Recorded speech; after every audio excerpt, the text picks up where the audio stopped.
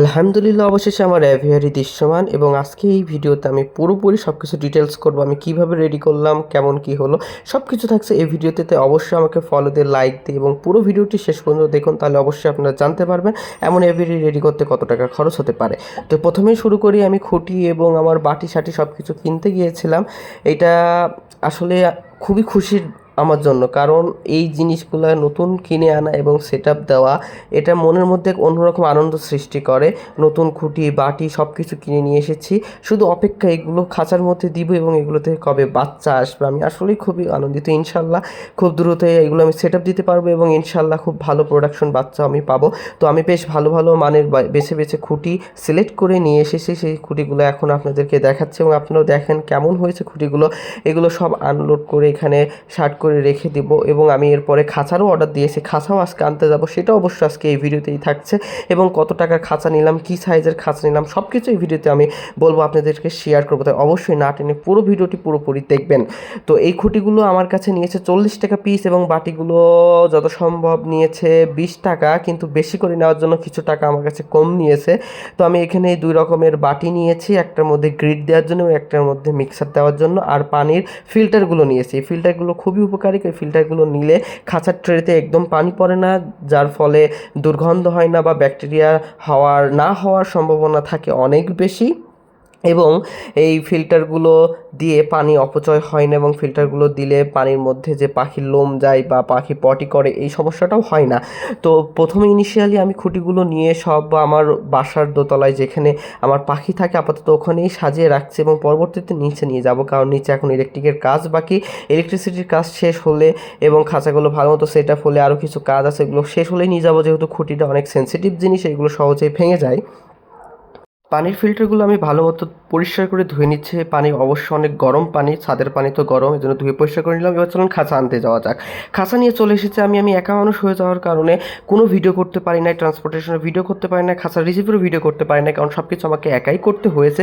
তো আমি খাঁচা নিয়ে আসতে গিয়েছিলাম রাতের বেলায়, যে কারণে আরও অনেক বেশি সমস্যা হয়েছে, যে কারণে আমি ভিডিও একদমই করতে পারি নাই। তো পরের দিন সকালবেলা ভিডিও করছি যে এখানে আমার কিছু খাঁচা আছে এবং এখানে বড় খাঁচাটা, এই বড় খাঁচাটা হলো আমার বড় পাখি রাখার জন্য আমি এমনভাবে বানিয়েছি যাতে আমি আপাতত পার্টিশন দিয়ে ছোট পাখিও পুষতে পারি, প্যারাকিটগুলো পুষতে পারি এবং বড় পাখির জন্য পার্টিশন খুলে দিতে পারি। যেমন পার্টিশন খুলে দিলে আমি এখানে রিং নেক পুষতে পারবো। আমি এই খাঁচাটা ঠিক এইভাবে বুদ্ধি করে বানিয়েছি যাতে আমি এখানে রিং নেক, প্যারোট, প্যারাকিট এবং কোকাটেলগুলো পুষতে পারি, সব জন্য একটা খাঁচার মধ্যে হয়ে যায়, যাতে আমার বারবার নানান রকমের খাঁচা না লাগে। এই জন্য ঠিক এইভাবে বুদ্ধি করে খাঁচাটা বানানো হয়েছে। আর এই খাঁচাটার মাপ হলো 30-30 বাই 4 ফিট, 30-30-48, এটা হলো টোটাল মাপ। এই সামনে আমি পকেট গেটগুলো দিয়ে দিয়েছি যেখানে আমি ব্রিডিং বক্স দিব। এবং এই সাইডে যে ছোটো খাঁচাগুলো দেখছেন, এই ছোটো খাঁচাগুলো হলো 16-20-এর খাঁচা। এই খাঁচাগুলো এই সাইডে আমি সেট আপ করে দিব যেখানে আমার ব্রিডিং করানো হবে। তো এই খাঁচাটা আসলে খুবই সুন্দর হয়েছে। আমি ভেবেছিলাম না এত বড় লাগবে দেখতে, কিন্তু খাঁচাটা আসলে অনেক বড় লাগছে দেখতে। যাই হোক, এখন খাঁচাগুলো খুলে আমি এক এক করে সাজাবো এবং একা হওয়ার কারণে ঠিক আমাকে মোবাইলটা এক সাইডে রেখে এই ভিডিওটা করতে হচ্ছে। কেউ ধরার নাই, আফসোস কেউ নাই, আসলে আমাকে একাই করতে হয়। একটাই গান আছে না, যদি তোর ডাক শুনে কেউ না আসে রে তবে একলা চলো রে, একলা চলো রে। আমাকেও ঠিক একলাই চলতে হবে, ঠিক এইভাবে আমি একলাই চলবো ইনশাল্লাহ। আমার সাথে আমার আল্লাহ আছে এবং আমি আমার মতো আমি একাই থাকতে ভালোবাসি এবং এই কাজগুলো একাই আসলে বেশি মজা পাই। কিন্তু সাহায্য করা একজন হলে ভালো হয়, কারণ যেহেতু এগুলো ফিজিক্যাল কাজ, এই জন্য একজন লাগে। যাই হোক, টপ টপ করে আমি আমার খাঁচাগুলো খুলে ফেলতে শুরু করলাম। খাঁচাগুলো ফ্যাক্টরি থেকে একদম বেঁধে দিয়েছে, তো এগুলো খুলে সুন্দর করে এক এক করে সাইডে রাখছি। পরবর্তীতে মাপ অনুযায়ী দেওয়ালের সঙ্গে আমি অবশ্যই ফিট করব। যেহেতু আমি একা, সেজন্য দেওয়ালের সঙ্গে ফিট করার সময় অবশ্যই ভিডিও করতে পারবো না, তাই এখানে রেখে আপনাদেরকে একবার দেখিয়ে নিলাম। এবার আমি ফিট করব, দেখুন ঠিক সেইভাবেই আমি মোবাইল রেখে যে পেরেক দিয়ে আস্তে আস্তে গিয়েতে প্রতিটা খাঁচা এক এক করে এখন ফিক্সড করব। আর ফিক্সড করতে করতে মিস্ত্রি চলে এসেছে, কারেন্টের মিস্ত্রি। তখন আমাকে জানায় যে সে চলে এসেছে।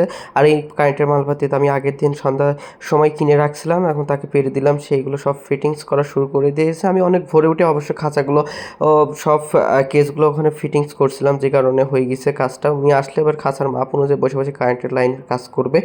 লাইট জ্বালিয়ে কাজ করলে এটা হলো দ্বিতীয় দিন কারেন্টের লাইনের কাজ করার। এই যেখানে দেখুন এখন ভিজিবল হয়ে গেছে এবং সৌন্দর্য ফুটে উঠছে আস্তে আস্তে। ইলেকট্রিসিটির কাজ যত আগাচ্ছে এবং অ্যাভিয়ারির সৌন্দর্য তত আস্তে আস্তে ফুটে উঠছে, এটা আসলে স্বীকার করতে হবে।